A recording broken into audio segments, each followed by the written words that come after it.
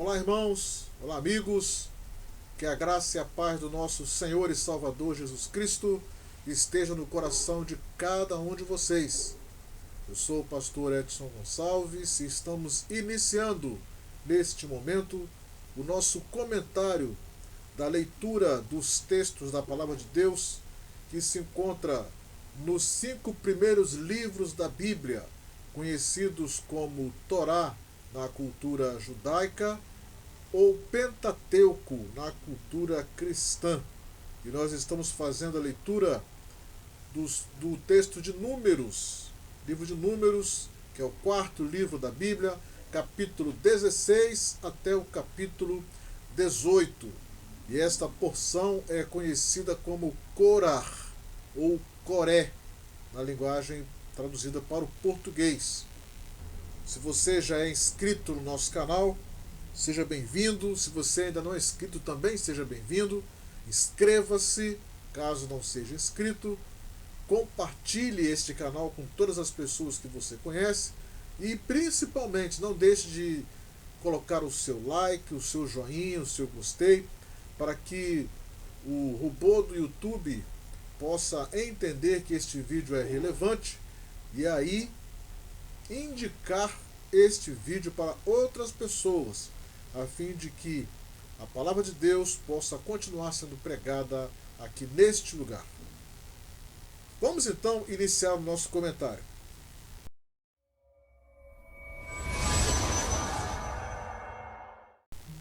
Nesta paraxá, ou nesta porção da palavra de Deus que nós estamos comentando no dia de hoje, nós temos uma história que é triste, mas ela é importante do ponto de vista teológico e para entendermos a vontade de Deus. E esta história aconteceu no período em que o povo estava ali no deserto, caminhando, já peregrinando nos 40 anos determinados por Deus na porção passada, devido à desobediência ou à infidelidade ou incredulidade do povo com respeito à promessa de Deus em conceder a eles a terra prometida. E estas pessoas que eram invejosas, com má intenção no coração, decidiram desafiar a liderança de Moisés à frente do povo. E o resultado foi algo bastante desastroso e que, da mesma forma, foi importante para ensinar uma lição a todos os judeus e também a cada um de nós. O nome da porção, Coré, é dedicada a um dos descendentes da tribo de Levi, ou seja, ele era um dos sacerdotes e tinha a honra de ajudar no serviço do tabernáculo, principalmente na hora de carregar os utensílios do tabernáculo na viagem durante o deserto. Entretanto, para este membro, vamos dizer assim, dos sacerdotes, ele não estava satisfeito em somente carregar partes do sacerdote. Ele estava querendo ser um sumo sacerdote. A ambição dele estava baseada no ciúme que ele tinha por Arão.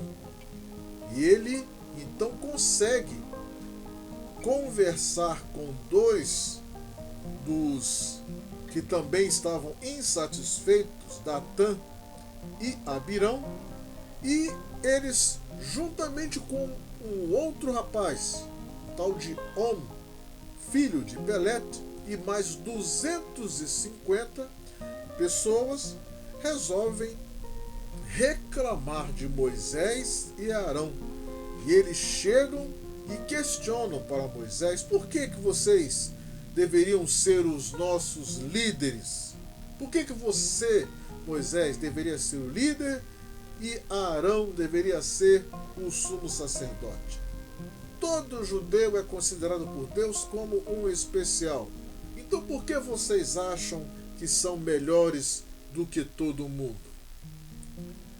Na realidade, eles estavam querendo provar que eram dignos de serem sacerdotes, ou mais ainda, de ser até escolhido entre eles um sumo sacerdote.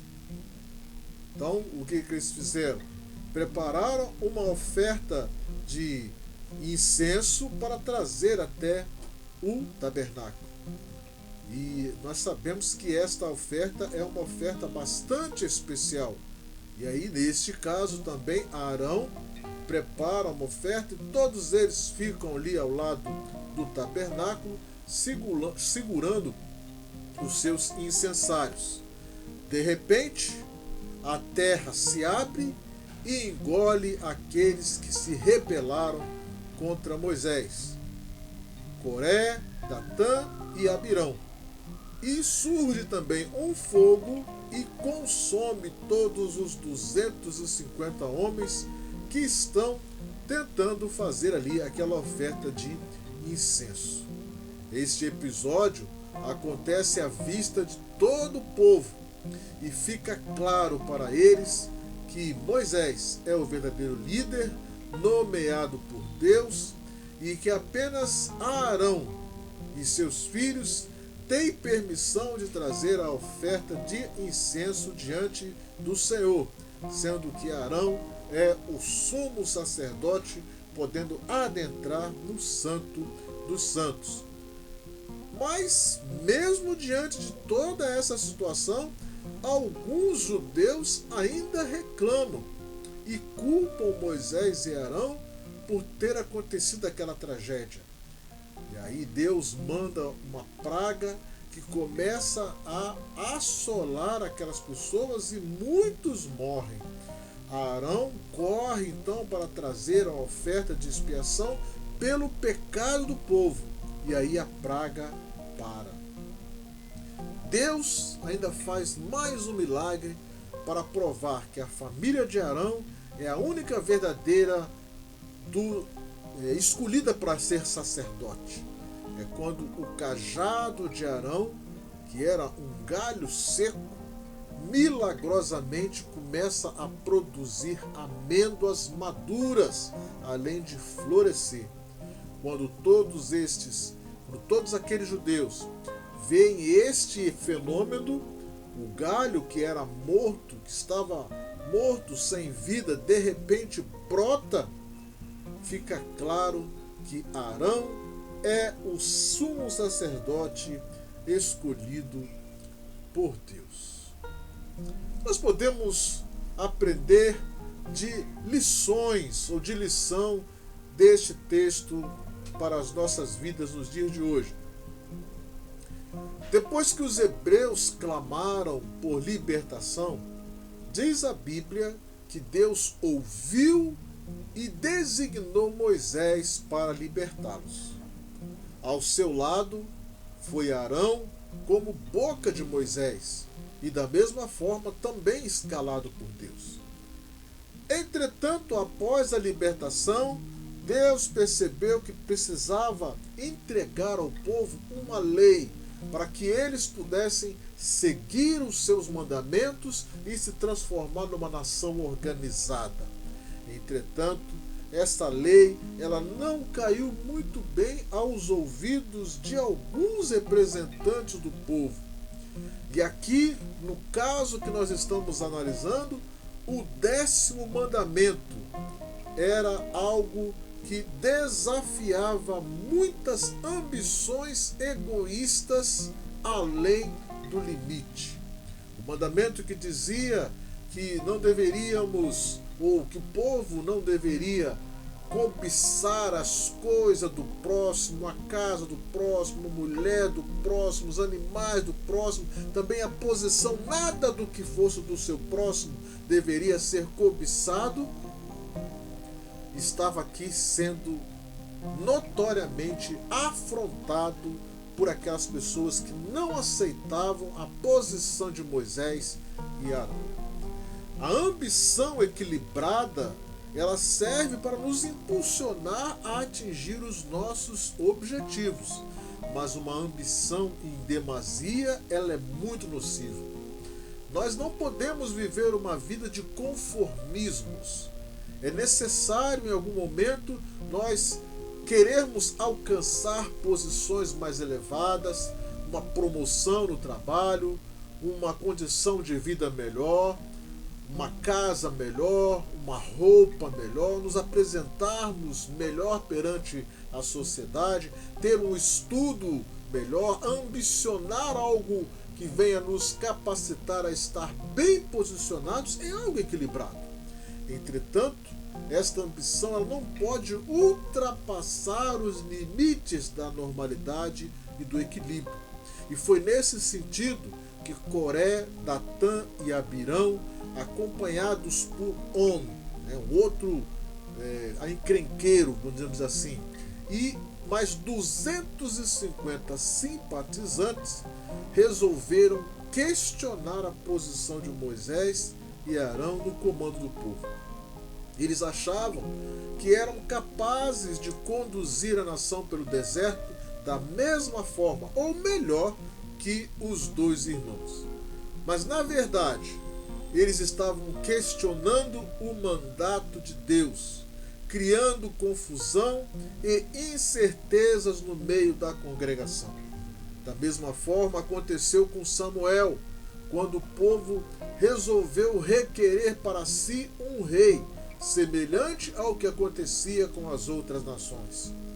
Naquela ocasião, Deus concedeu o que o povo queria, mas condicionou a obediência do povo com a manutenção da sua proteção.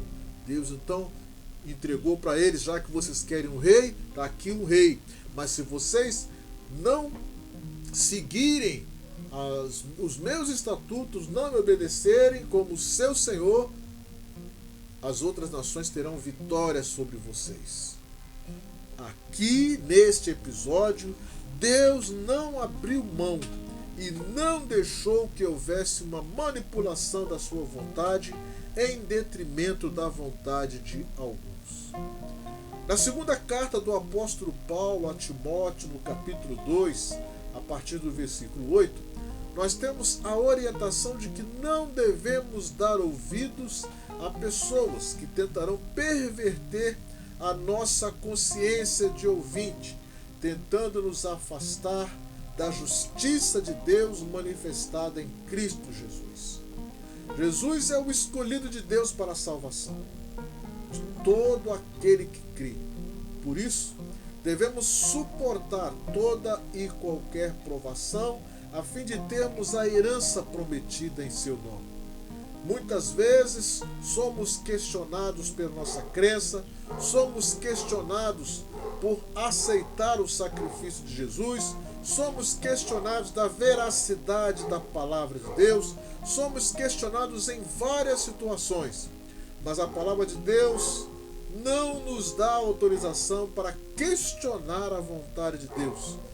A palavra de Deus ela é fiel e verdadeira, da mesma forma que foi a ordenança de Deus a Moisés e Arão para conduzir física e espiritualmente aquele povo pelo deserto, a fim de conquistar a terra prometida.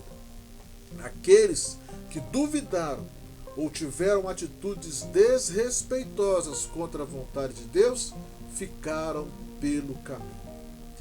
Em Apocalipse capítulo 2, versículo 10, Jesus, orientando João como deveria escrever uma mensagem para a igreja de Esmirna, alerta que eles não deveriam temer, abre aspas, as coisas que têm de sofrer, e que eles deveriam ser fiéis até a morte, porque Deus iria dar a coroa da vida.